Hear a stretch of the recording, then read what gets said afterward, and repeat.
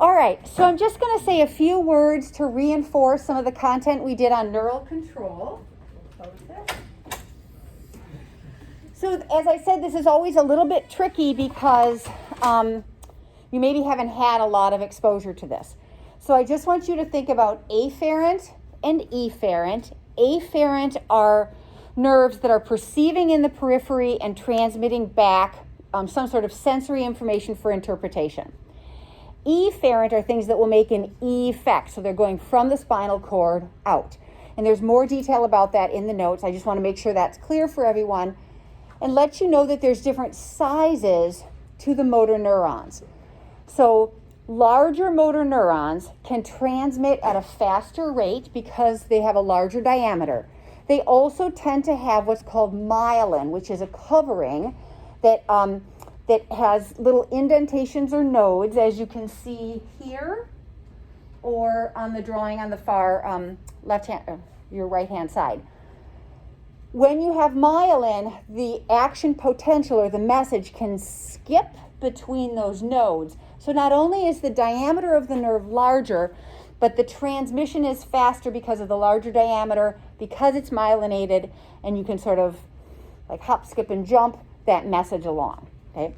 So things like light touch, motor nerves are going to be the larger diameters, which will start with letters at the beginning of the alphabet. As you move through the alphabet, the diameter of the nerves gets smaller. An example, pain fibers perceive pain in the periphery and transmit the message back. Those are C fibers, and they're unmyelinated. So their transmission rate will be smaller or slower in terms of sending those messages back and forth. You will talk about this in your exam class. You'll have a complete class on neuroanatomy in the spring, but we make certain assumptions and discussions throughout this class talking about afferent and efferent and size of the nerves and how they transmit, because it relates to how your body decides to turn a certain muscle on.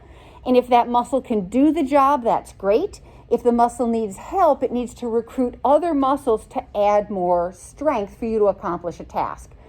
So understanding what muscles come on first has to do with the type of muscle, the type of nerve, and what the demand or the request is out of that structure. So I make references to that. If I'm ever talking about it and you're not sure, just raise your hand and ask me to clarify. But I think, and it's not content that's really covered in your textbook, which is why I wanted to just make sure that we were clear. And if you look at this example from the slide, what you can see is that I have nerves that will go perceiving in the periphery, in the muscle, skin, tendon, joint. It can send messages back to my spinal cord, might be interpreted just at my spinal cord, might be interpreted at my spinal cord, sent up to the brain for further evaluation. A message comes back down. And then for efferent muscles, the message comes from the spinal cord and transmits out to the muscle. And I think you've heard of the definition of a motor unit. It's an alpha motor neuron. Alpha is A, so it's a large motor neuron going from the spinal cord to skeletal muscles to tell them to activate. Motor units, meaning the number of fibers innervated by that nerve, motor unit size can be large or small. And I'm going to make a big deal about size because we're going to talk about two different types of sizes. Number one is size of the motor unit. How many fibers per nerve? The example I said on the PowerPoint was, my quads are a big muscle. I want to activate one nerve and get a lot of fibers to activate because it's a big muscle. My eye muscle, when I want to wink or blink at someone, I don't want 1,000 fibers knocking my whole head over when I'm trying to do a wink or a fine motor control. So when we need to execute fine motor control, our fingers, our eyes, facial expression, you'll tend to see a smaller number of fibers innervated by that one alpha motor neuron. If it is a gross muscle action, glutes, quads, hamstrings, you'll have many fibers. It's just an efficient way for us to be designed, okay? So that is the size of a motor unit. number of fibers per alpha motor neuron. That is different than something called the size principle from a recruitment standpoint. Now, you have confirmed for me that Dr. Ebersol has talked about different fiber types. They can have different twitch characteristics, slow, fast, intermediate. They can have different energy substrates. Those muscle fibers that come on early and stay on for a long time that we don't want to fatigue will have oxidative energy stores that provide their energy to just lots of mitochondria. They can come on early and hang on for a long time. Slow to fatigue. For every activation, they don't generate a whole lot of force, but they are early to come on. We tend to see this as our one joint muscles. So if I'm thinking of parsimony, if I can get one muscle to come on to accomplish a task, and it is a slow twitch muscle that's particularly working at one joint, you will tend to see, as we go through examples for the rest of the semester, a lot of muscles that are the first ones on are these one joint muscles that tend to have oxidative metabolism, slow twitch characteristics. If they can't do the job, we need to recruit other muscles to come on and help us. And we have a couple of different ways that we can do that. We can affect the firing rate to the muscle that we have, or we can recruit additional muscles. The process by which we will recruit additional muscles, rate coding is the firing rate, or I can go to my neighbor and say, neighbor muscle, I need you to come on and help me. When muscles are recruited, they will use something called the size principle. So what I just said about motor units, you're going to park that over in the corner. I'm now talking about the size principle related to recruitment of telling a muscle to come on. So, again, this is right out of your textbook and your PowerPoint. Here's 3 cell bodies. Those muscles that have slow twitch contractile characteristics and tend to use oxidative substrates, their cell body is smaller. So when they have excitatory input to that cell body, because the cell body is smaller, it's easier to depolarize and activate that all or none response. So they're easier to recruit. It's what we tend to recruit first, because the size principle tells us the size of smaller cell bodies are easier to recruit, and in general, they tend to come on first.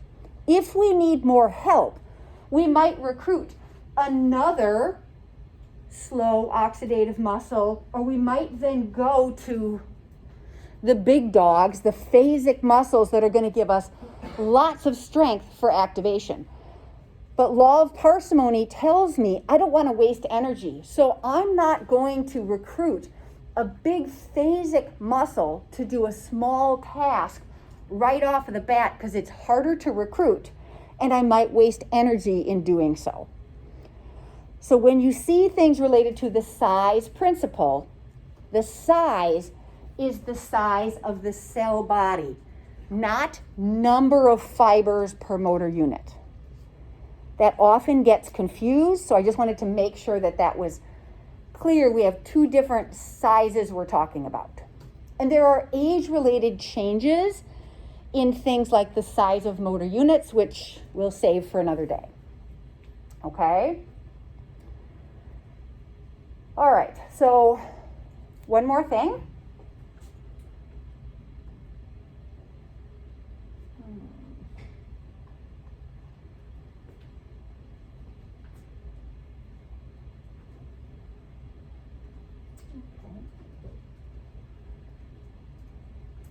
The picture I want, I think, is under muscle mechanics. So if you look, the picture that I have drawn on the board is the picture of a model of a muscle and tendon unit. So I have the 2 bones, I have the belly of the muscle, and I have the tendon.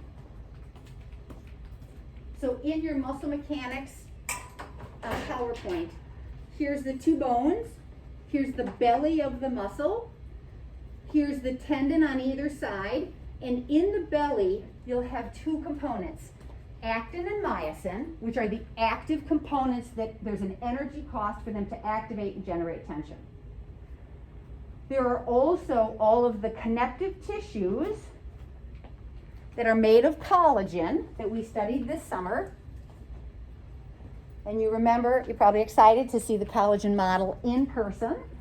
So collagen is a helical molecule. It's making up endomysium, paramysium, epimysium, connective tissue. This is an elastic, passive tissue. It cannot contract, but because it's elastic, if it gets stretched or elongated, it can generate tension. So when you look at the models, it's always modeled as a spring. Actin and myosin are modeled as a dash pot. Energy cost. The others are elastic elements. So elastic elements can contribute to tension. The example we've done before is if you are sitting in your chair, and if I'm looking at Nathan, right? Yeah. If I'm looking at Nathan, if you are in a posterior pelvic tilt and you try to do knee extension, just try that for me. Sit in a posterior pelvic tilt, try to do knee extension, and it should be posterior, so you're slouching in your chair. You're activating your quads to extend your knee. Your quads are the agonist to extend your knee. What is the antagonist to knee extension? Knee flexion. What are the muscles that do knee flexion? Hamstrings. Do any of the hamstrings cross more than just the knee? Yes. How many? 3 of the 4. They also cross the hip. What do they do at the hip? Hip extension. So if your hip is placed in flexion, your hamstrings are elongated at your hip. If you now sit up nice and tall in your chair, create an anterior pelvic tilt, you've now you've elongated your hamstrings at your hip. When you now try to extend your knee with your quadriceps, you may find that your quad has to work harder to extend your knee, or you maybe can't even get full range of motion because those elastic components in your hamstrings, all of those connective tissues are being maximally stretched, and they're essentially creating tension in the antagonist that your agonist has to work through to perform that range of motion. Which is why when we move, when my agonist works, I want my antagonist to be relaxed. And I don't want it to be fully stretched because it may make it harder for my agonist to have to move. And if I'm weak, that's a problem. So what I'm just showing you is that elastic elements can contribute to tension generation. Because in the muscle mechanics section, I tell you that with a concentric contraction, when you are doing elbow flexion and the joint is shortening, concentric contraction, is actin and myosin on, yes or no? Yes. Yes. Actin and myosin are on, that's what's making the movement occur. Are the elastic components, like the 2 tendons, are they being stretched and elongated, or are they being allowed to get closer together? Closer together. So they're not contributing to your tension, because the only way they can contribute to tension is when they're stretched, because they are elastic. How about the parallel elastic? Means that it's parallel to the belly of the muscle. So in a Z line, in a sarcomere, there are muscle proteins like titin and nebulin that are running parallel to that sarcomere. Those structures can also be stretched out and elongated and contribute to tension. They're called PEC, or parallel elastic, because they're parallel to the muscle fibers themselves. If I look at my model, if my muscle belly are the peach-colored fibers and the connective tissue is the blue fibers, that when that muscle contracts, the actin and myosin can shorten, but the parallel elastic is not being stretched and activated.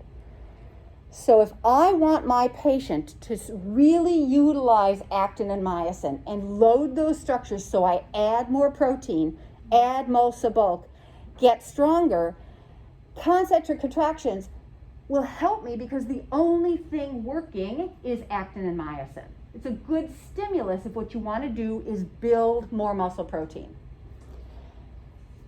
If I'm weak in actin and myosin and I cannot do an active contraction concentrically, I might be able to perform an eccentric contraction, because if I start with my elbow flexed and I slowly lower that arm down, remember we said on Tuesday, actin and myosin are trying to interact.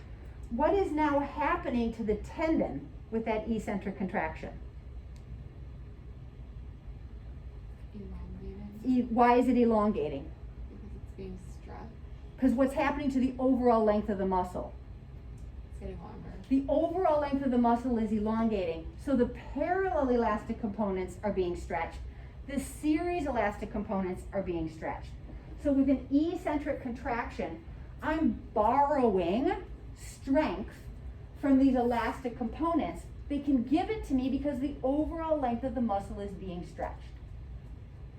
And there's a graph in the other PowerPoint that shows you at resting length and beyond, the passive components, the elastic components will contribute to your tension generation. Now, if you, and I don't know if you did this lab with Dr. Ebersol, if you put an EMG electrode on and you measured electrical activity, and you were lifting this and you were moving the same load, with an eccentric contraction, you would actually have less actin and myosin activity because they're not working as hard because they're borrowing strength from those passive components.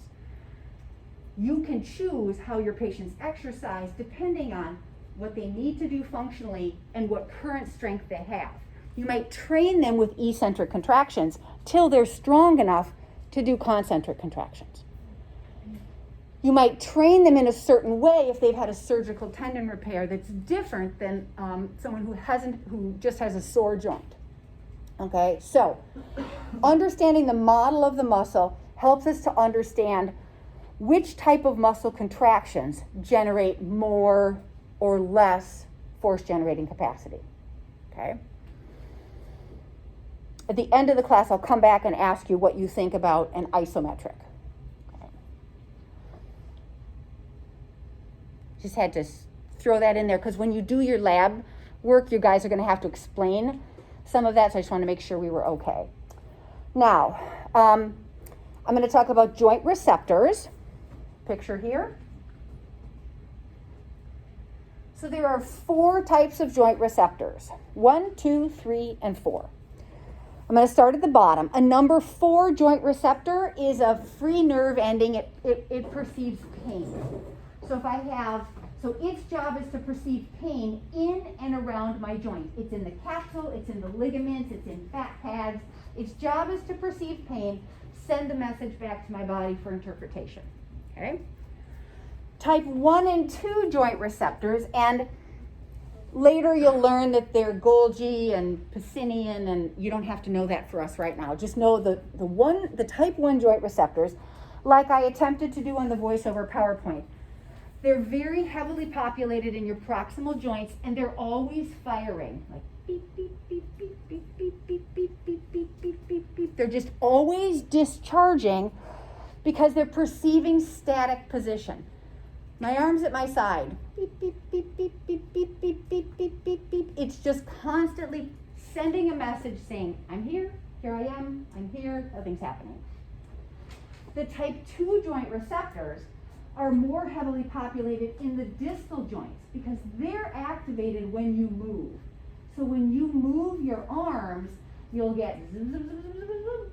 You might still have the beep, beep, beep, beep, beep, beep, beep, zip, zip, zip, zip, zip, beep, beep, beep, beep, zip, zip, zip. So they can both be firing at the same time, but they're telling us different messages. Type 1, static joint receptors, perception of position, relatively constantly firing. Type 2 joint receptors, more dynamic, more prevalent in the distal joints. Doesn't matter if it's active or passive motion, but they're telling us, hey, something's happening to the joint, sending the message back. That leaves us with type 3. Type 3 joint receptors are typically in the ligaments that surround the joint. The type 3 joint receptors, when they are stimulated, because they are somehow stretched or elongated, when they are stimulated, their response to the muscles that cross that joint is inhibition. So that means if I've activated my type 3 joint receptors, the neurological message to the muscles that cross that joint is take a break, shut off, we don't want you firing right now. So if you've just had knee surgery, you think your knee is swollen after surgery? Yeah. You just had an acute injury on a field, you think your knee is swollen? Yes. This presence of the swelling will stretch the joint capsule and the ligaments will activate type 3 joint receptors. So what will happen to the muscular support across a swollen joint? Is it fantastic or not so good? Not so good. Should you be back in athletic competition with a swollen joint? Are you increasing your risk of a secondary injury by participating in competition with a swollen joint? Yes. Have you probably all done that? Yes. Were you a little risky? Yes. If your patients are coming to rehab and you're trying to strengthen the quad, I'll ask my clinician expert. Patients are coming in, they have a quad, they've had surgery, so their quad muscle has atrophied, its size has reduced. Looking pretty puny. When you ask them to do a quad set, when swelling is present in the joint, how effective are they at creating activation of that quadricep? Not much. So when swelling is present and the muscle has atrophied, say post-surgery, if you think about what should a therapist be doing, I want that muscle to activate. I want to get it stronger. My brain is going to be saying, tighten up that muscle. As long as the swelling persists, you're neurologically inhibited from doing that. So if you might try to, say, treat the swelling first or concurrent, if you can reduce the swelling, your therapy intervention of muscle activation is better. If you don't address the swelling, you will be less effective with your strengthening program. Okay? Now, I do not want to go down the road of the benefits of acute swelling and some of the good things that happen from having acute swelling, because that is true. We're looking at people who have persistent swelling and we are not able to progress with our strengthening program. Okay? Make sense? So 4 joint receptors, 1 is static, 2 is dynamic, 3 is inhibitory, 4 is pain. Okay? All right.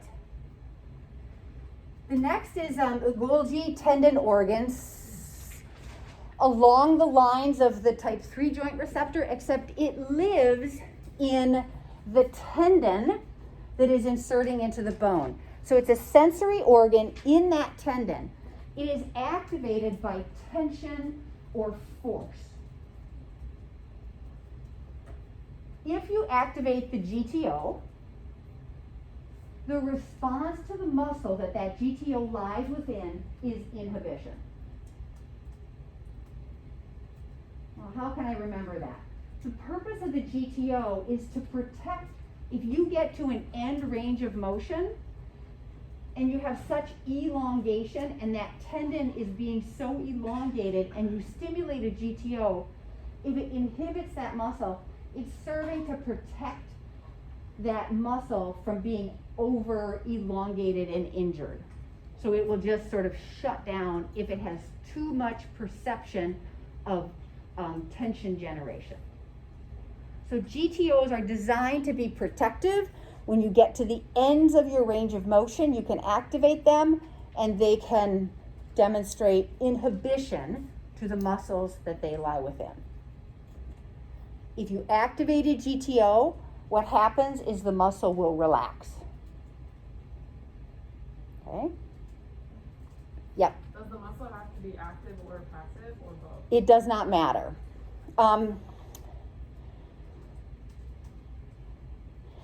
And this will make sense if you think of abnormal neurological conditions. So if you've had an opportunity to see anyone who has abnormal muscle tone, and it sounded when I asked this before, not many people have seen someone who's had a stroke where you have increased tension or tone present in that structure.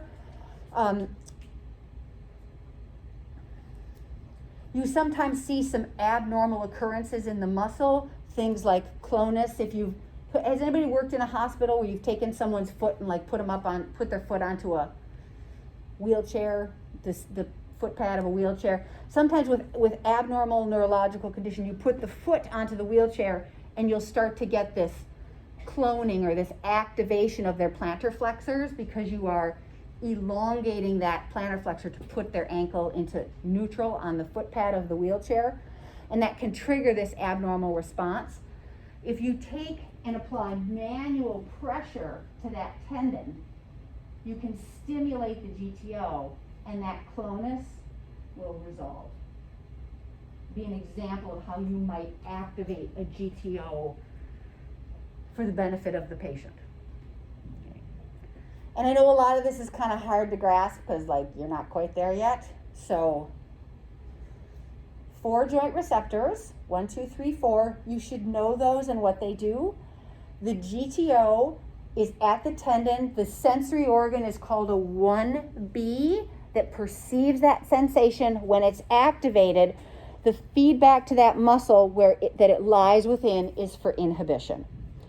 In contrast, and I'm not going to go all the way through it right now because I'm almost ready to give you a break, but the last organ that I'll talk about is the most complicated. And what I'll just say now is it's called the muscle spindle. It's also the knee-jerk reflex or the tendon tap reflex. These sensory organs are lying within the belly of your muscle. If you stimulate the muscle spindle, in contrast to the GTO, the response of the muscle, if you activate the spindle, is it will facilitate the muscle that it lies within. GTO inhibits, spindle facilitates. So I'll show you 2 examples and I'm going to stop talking. One I told you about on video. You're falling asleep in class or some other place, let's say. You start to nod off. There you go. You don't think anybody notices. The lids are getting heavy. Next, the head goes down. And all of a sudden, the head pops up. As you are dozing, and your neck is going into flexion, and you are elongating the neck extensors on the back, that elongation will activate the spindles because the spindles are sensitive to length change, and you elongate them and they will activate and you get contraction of the neck extensors, facilitatory. Okay? The other thing you can all do is if you just push yourself away from your chair, cross one leg over the other.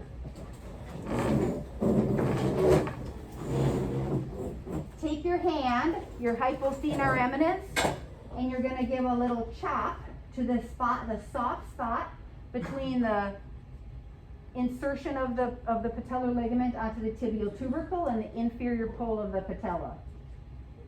And if you give a little chop, you should get this. And if you can't do it to yourself, ask your partner to do it to you.